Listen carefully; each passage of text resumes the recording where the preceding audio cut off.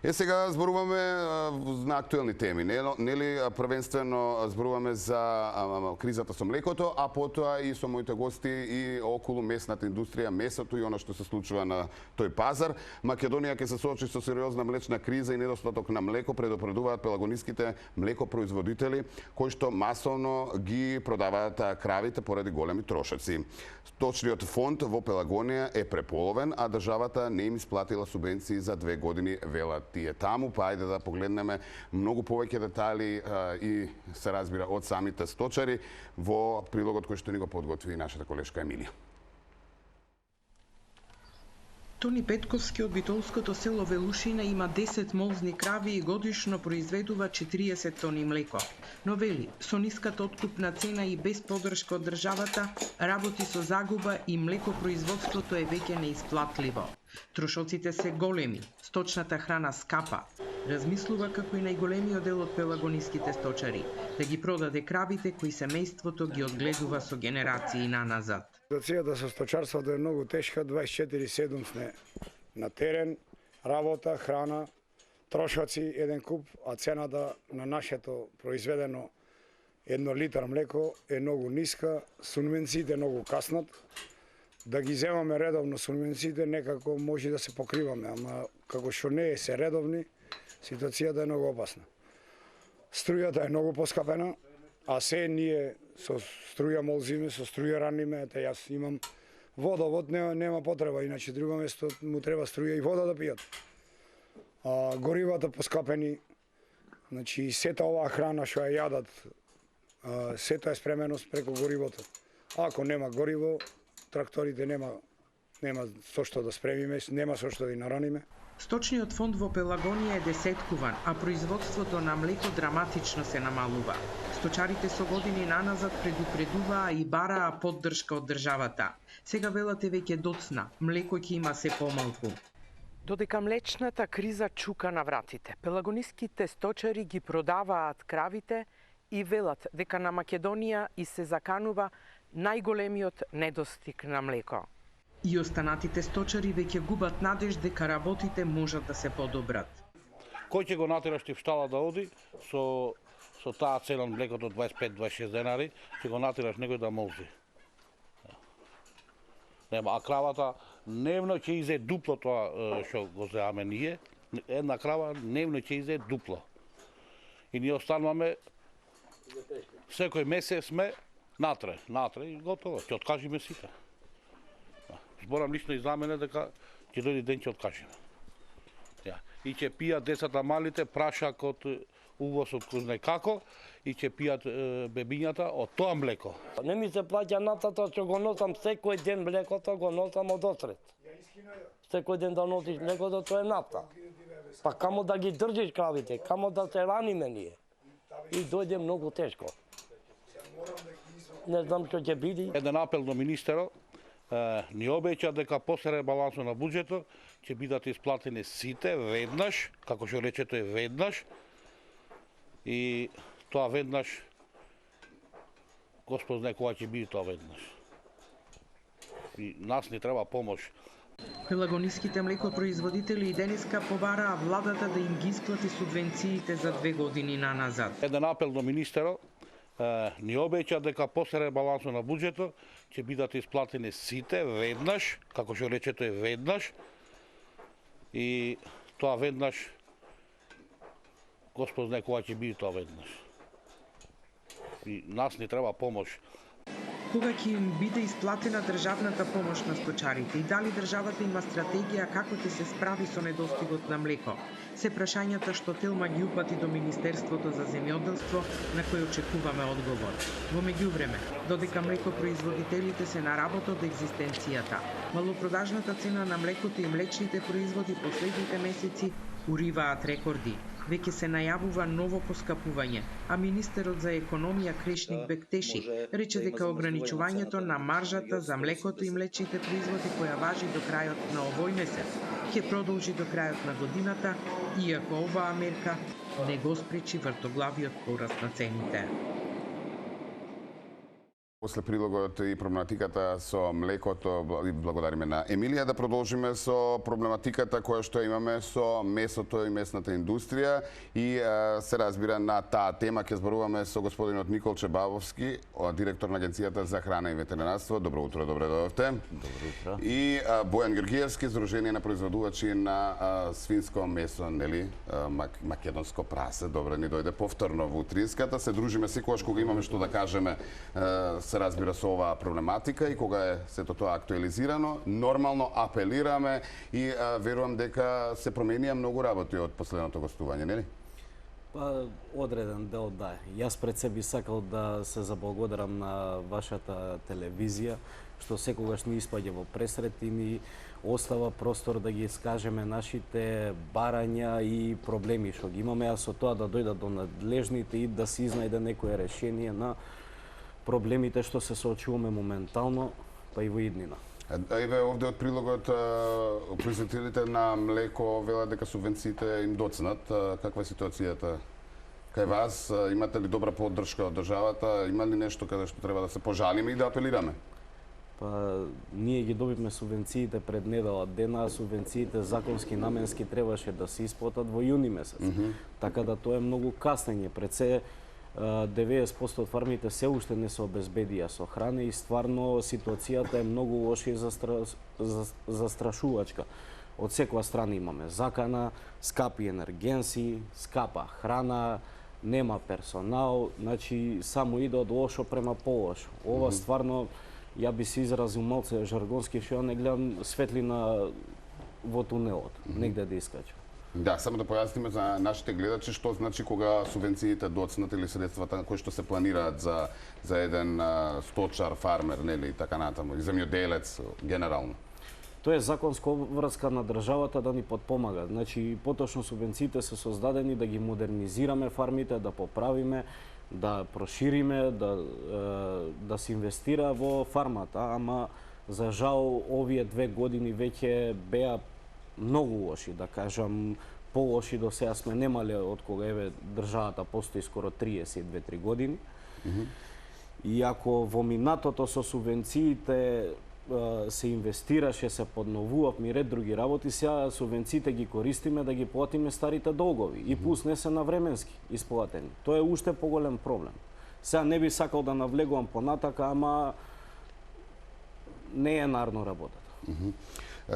Господин Николче, да ве вклучиме и вас, нели, во разговорот. Ајде, вака кога веќе зборуваме генерално, нели, соработката со производителите на, нели, месо, млеко, на храна, каква е со вас комуникацијата? Имате ли можност да им излезете во пресрет, да се решат, да речеме, во очто, викаме, некакви проблеми, а овие големите, нели, на ниво на држава, веројатно треба и државата да ги решава? Значи, вака Агенцијата за храна и ветеринарство како одговорна институција во државата токму, значи, за храната, здравата исхрана, здравата храна и нормално благосостојбата и здравјето на домашните животни. Јас можам да кажам од страна на агенцијата дека и со Сдруженијето Македонско прасе и со Сдруженијето Ѓицко, значи кои се сдруженија кои ги представуваат производителите на свињи во државата, можам да кажам дека имаме добра соработка. Во цел овој период и од појавата од јануар па навамо на африканската чума кај свињите, значи тоа е една секојдневна комуникација, значи на дневен основ, каде што сите податоци кои што ние ги имаме и сите активности и превентивни мерки кои што ги превземаме, ги работиме во координација и со самите значи сточари и одгледувачи на свињи, меѓутоа задолжително и со представниците на овие две здруженија, со Министерството за земјоделство, шумарство, водостопанство, Ловечката федерација на нашава држава, а сето тоа мора да биде на тој начин искоординирано, за да би можеле да имаме доволна количина на храна за нашите граѓани. И ќе се навратиме на африканската чума, зборувавме, нели, и минатата година и за тоа како се решава проблематиката, но она што првенствено еве долу ни е испишано како тема, какво месо јадеме во Македонија? Месото кое што се јади во Република Северна Македонија е здраво. Значи, една фама која што мислам дека одавна имаме разбиено, дека месото кое што потекнува од животни, кои што биле во контакт со заразени животни или се наоѓаат во таа заразена зона, е безбедно за исхрана на луѓето, бидејќи вирусот на одредена температура се уништува, а и не е вирус, значи не е причинител кој предизвикува одредена болест кај луѓето. Овој вирус нанесува огромна штета во свињарството, заради тоа и таа голема опасност со која се соочува цел свет. Ова е пандемија, значи меѓу последните, речем, држави во Европа, каде што ја немавме болеста, тоа бевме нашата држава, Италија, кај нас се појави првиот случај на 6 јануар ова година, во Италија се појави на 7 јануар. Така да најголемата опасност е можниот дисбаланс кој би можел да се јави на пазарот. Во овој момент таква ситуација немаме, значи дисбаланс на пазарот со снабдување на свежо месо или подготовки и преработки од свинско месо нема. Имаше паничен апел од страна на производителите на месо дека можно е да се увезува замрзнато месо, па трпезите наши да бидат со замрзнато месо, а тие да мораат да ги продаваат на производителите на месни производи, паштети и така натаму. Значи, таа ситуација каква е? Не. Значи, увозот на замрзнато месо е точно регулиран и тоа месо треба да оде за изработка на одредени производи од свинско месо кои подлежат на одреден технички третман. За сега, пазарот на државата со свежо месо го произведуваат токму нашите производители. Така да увозот на замрзнато месо е со таа намена. Така, Бојан? Како што напомена директорот, ја целосно се согласувам со него, значи продукцијата на домашно свежо свинско месо произлегува двете здруженија, Гицко и Македонско прасе. Гицко се хиперголемите фарми, околу 60%, ние сме средните фарми, околу 40%. Околу увозот на смрзнато месо, значи прво беше неблагодарно од преработувачите на сето ова мака моментално што имаме со африканската свинска чума, они да отидат кај вице-премиерот и да побараат безцарински увоз на смрзнато месо или па на неопределено време или па да им се намалат плеверманите. Сега, значи ние сме под закана да останеме без 1 кило произведено свежо свинско месо и ти да дојдеш, с изразам жаргонски, кај си тепан да ме дотепаш, не е ферски. И сега мислам дека треба да ни се излезе во пресред. Зашо ова гранка е една од најстабилните и живинарството, се друго е колабирано, иде во колапс.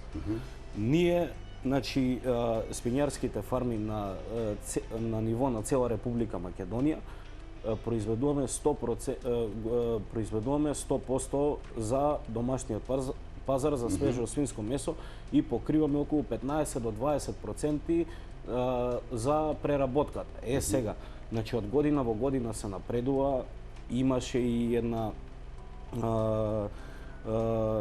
спроведена од земјоделскиот факултет Скопје, дека од година во година свињарството расте.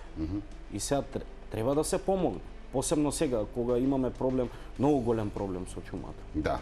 Кога веќе ја спомена чумата, ајде да го насочиме муаветот нели на тоа.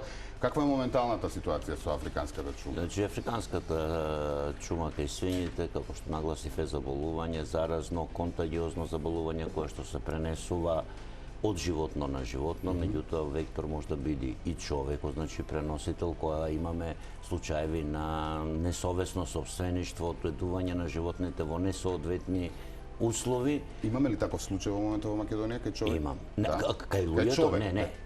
Да расчистиме.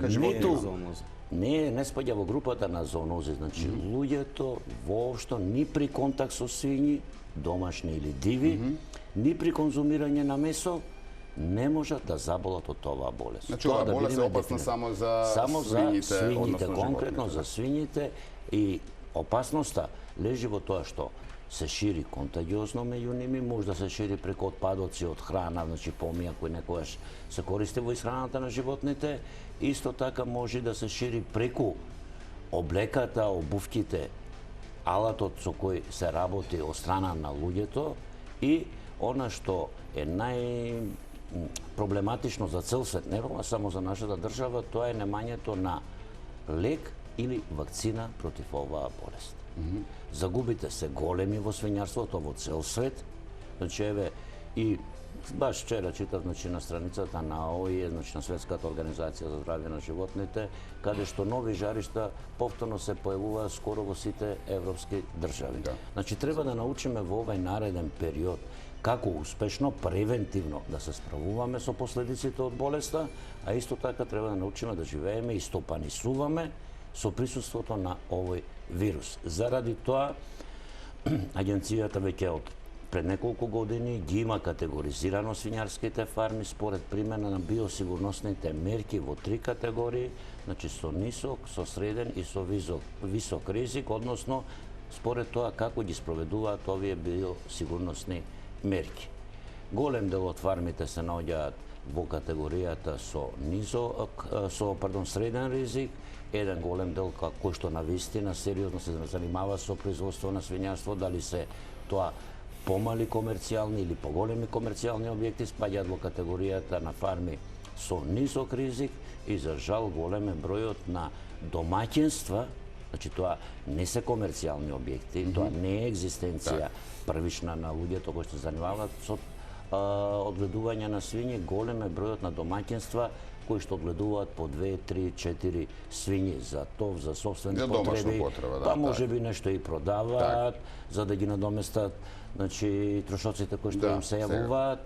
Тука е најголемиот проблем, бидејќи тие не спроведуваат. Коректни ли се тие граѓани?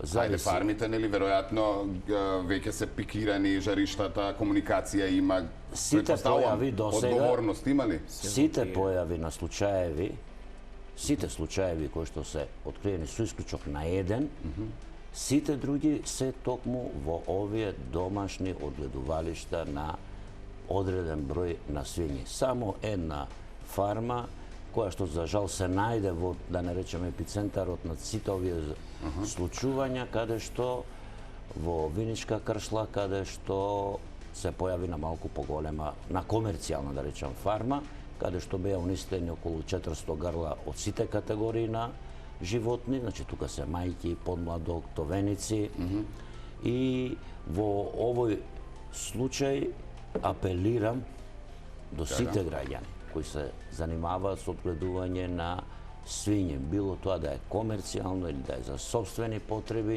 животните да ги чуваат во соодветни услови, да не ги пуштаат надвор, да внимаваат тие самите каде се движат, облеката која што ја користат за работа, прихрана или било кое влегување во објектот каде што се свињите да биде наменета само за таа работа, значи пред да влезат, да се пресличат, да си остават стварите и тие алишта пак со кои опрема, со кои што работат, да не излегуваат надвор. Бидејќи во околината сигурно некаде овој вирус кружи, е доста отпорен, во земјата останува неколку месеци, еве има податоци дека во замрзнатото месо може да остане, да биде активен и после 1000 дена, така да... Уште еднаш да споменеме за луѓето не е опасно, посебно кога ќе се обработи, нели, месото, односно кога ќе се не е болест по која заболуваат луѓето. Луѓето се преку својата облека, обувки можат да бидат преносители.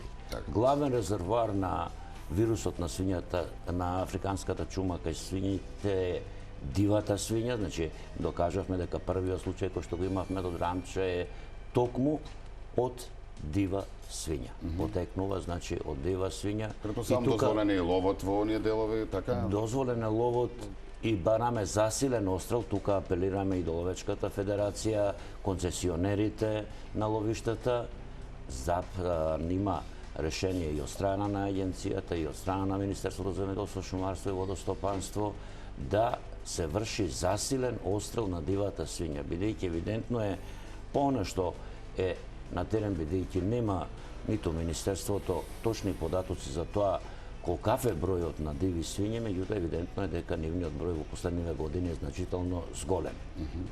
Алармантно ли е, Бојан, морам да завршувам бидејќи време веќе пробиваме. Алармантно ли е, да речеме, заразата во моментот во Македонија или малку треба да бидеме спокојни, да не шириме паника генерално? Гранката вреди повеќе од 200 милиони евра на годишно. Значи, би се надоврзал на директорот дека ние сме задоволни здруженијата и фармерите од работата на Агенцијата на храна и ветеринарство премно. Се надам дека така и ќе продолжат и во иднина. Одлично. Мислам дека сега е време да се наврата малце на темата да разграничиме професионалци од хобисти. Бидејќи 90% од случаевите до 7 или 8 што се имаат појавено во тие мини фармички. Значи таму немаат ни здравствена книжка, не влегува ни ветеринар, не се хранат ни соодветно. Агенцијата излезе со едно решение што беше прифатено широко од наша страна. Значи депопулација да има околу сите комерцијални објекти и за сега добро иде. Сега без разлика што капацитетите што мислам по ЕУ регулативите и легислативите мора да бидат депопулирани во Виница и во Делчево и во Берово. Пак се оди според планот и треба така да се продолжи. Јас пак би напоменал, имаме формирано и владино координативно тело во кој членови сме фармери од двете здруженија. Членува таму и Ловечка федерација, си имаат и од армијата и од полицијата. Значи минатата недела баш имавме состанок, отстрелот не иде баш добро. Значи без разлика што се апелира, веќе се поминати 20 дена, депопулирани се само 86 диви свињи, што е многу малце. Така. Ви благодарам многу за гостувањето. Многу теми и многу е обширно кои што треба да се опфатат, но се гледаме за кратко време, се разбира се во служба на граѓаните, поточно и на сите они кои што се засегнати. Веројатно ќе успеете да се изборите, нели, навремено со оваа болест, колку толку, нели, да се заштитат барем фармите и производителите на месо и ние се надеваме како граѓани дека и понатаму ќе јадеме здраво и квалитетно месо, така ли? Апсолутно. Ви благодарам многу.